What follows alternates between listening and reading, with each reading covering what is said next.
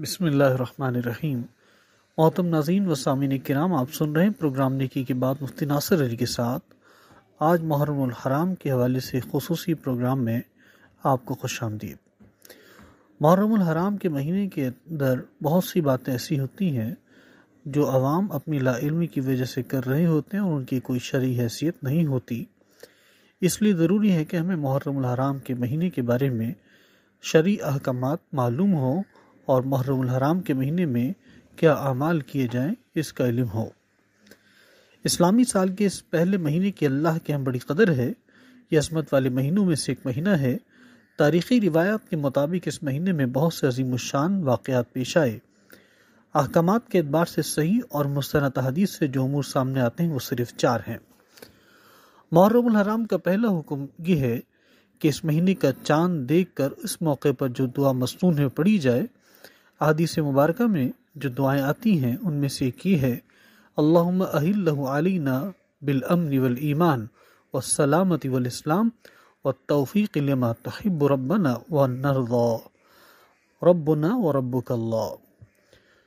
اس کے بعد دوسرا حکم یہ ہے محرم الحرام کا کہ محرم الحرام چونکہ اشہر حرم میں سے یعنی یہ مہینہ بنسبت دیگر مہینوں کی زیادہ عظمت و فضیلت والا مہینہ ہے، جس کی وجہ سے اس مہینے کا احترام کرنا بھی لازم ہے، اور احترام یہ کہ اس مہینے میں گناہوں سے بچنے کا خصوصی اہتمام کیا جائے اور عبادات کی کثرت کی جائے۔ حضرت مولانا مفتی محمد شفیع صاحب رحمۃ اللہ علیہ اپنی تفسیر معرف القرآن میں امام جساس رحمہ اللہ کے حوالے سے لکھتے ہیں، امام جساس نے احکام القرآن میں فرمایا کہ اس میں اشارہ اس بات کی طرف ہے کہ ان برکت والے مہینوں کا خاصہ یہ ہے ان میں جو شخص کو عبادت کرتا ہے اس کو بقیہ مہینوں میں بھی عبادت کی توفیق اور ہمت ہوتی ہے۔ اسی طرح جو شخص کوشش کر کے ان مہینوں میں اپنے آپ کو گناہوں اور برے کاموں سے بچا لے تو باقی سال کے مہینوں میں اس کو ان برائیوں سے بچنا آسان ہو جاتا ہے۔ اس لیے ان مہینوں سے فائدہ نہ اٹھانا ایک عظیم نقصان ہے۔ اس کے بعد تیسرا حکم محرم الحرام کا یہ ہے کہ اس ماہ مبارک میں مطلقاً کسی بھی دن کا روزہ رکھنا، کیونکہ احادیث مبارکہ سے یہ معلوم ہوتا ہے کہ رمضان کے بعد سب سے افضل روزہ اس مہینے کے اندر رکھا ہوا روزہ شمار ہوتا ہے۔ نیز اس کے علاوہ 9 اور 10 محرم یا 10 یا 11 محرم کا روزہ رکھنا اور بھی زیادہ فضیلت کی چیز ہے۔ اس سلسلے میں ابو داؤد شریف میں حدیث نمبر 2429 میں حضرت ابو ہریرہ رضی اللہ عنہ سے نقل کیا گیا کہ نبی علیہ السلام نے فرمایا: افضل الصیام بعد شہر رمضان شہر اللہ المحرم وان افضل الصلاة بعد المفروضۃ صلاة من اللیل۔ رمضان المبارک کے روزوں کے بعد سب سے افضل اللہ کے مہینوں میں محرم کے روزے ہیں، اور فرض نماز کے بعد سب سے افضل رات کی یعنی تہجد کی نماز ہے۔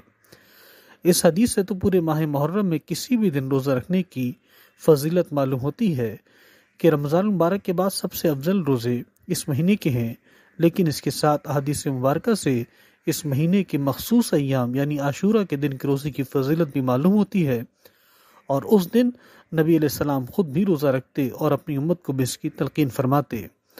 چنانچہ حضرت عبداللہ ابن عباس رضی اللہ تعالیٰ عنہ فرماتے ہیں، یہ روایت صحیح بخاری شریف میں ہے، حدیث نمبر 2006۔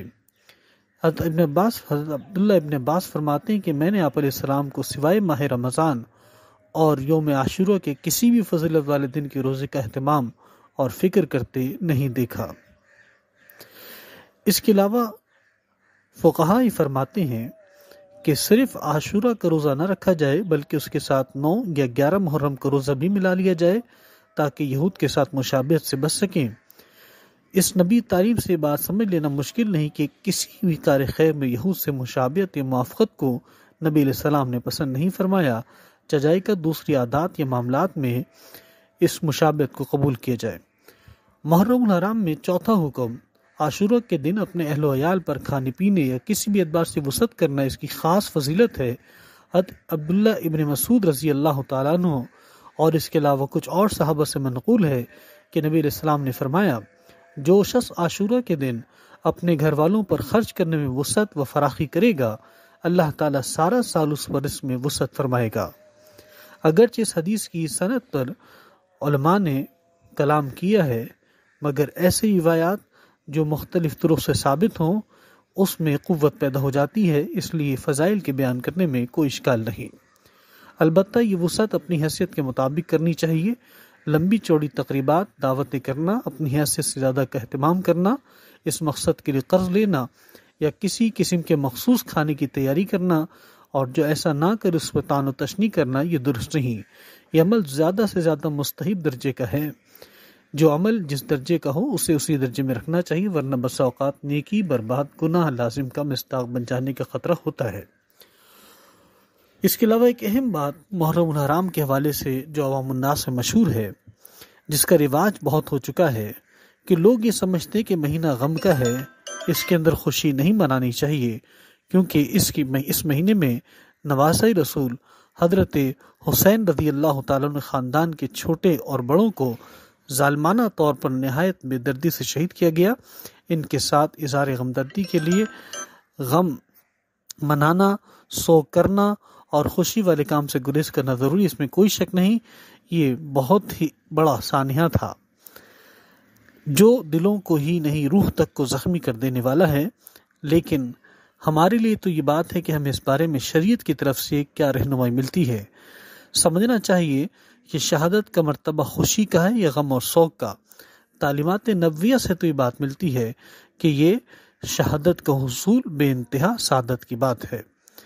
اس کے علاوہ بعض لوگ یہ سمجھتے ہیں کہ محرم کے مہینے میں شادی کرنا کوئی گناہ ہے، تو یاد رکھیے اس مہینے میں شادی نہ ہونے کا مطلب یہ بنتا ہے کہ اس مہینے میں نحوست ہے، جبکہ شرعاً یہ بات بالکل بے بنیاد اور بے اصل ہے، کیونکہ عقیدہ رکھنا ہی گناہ ہے۔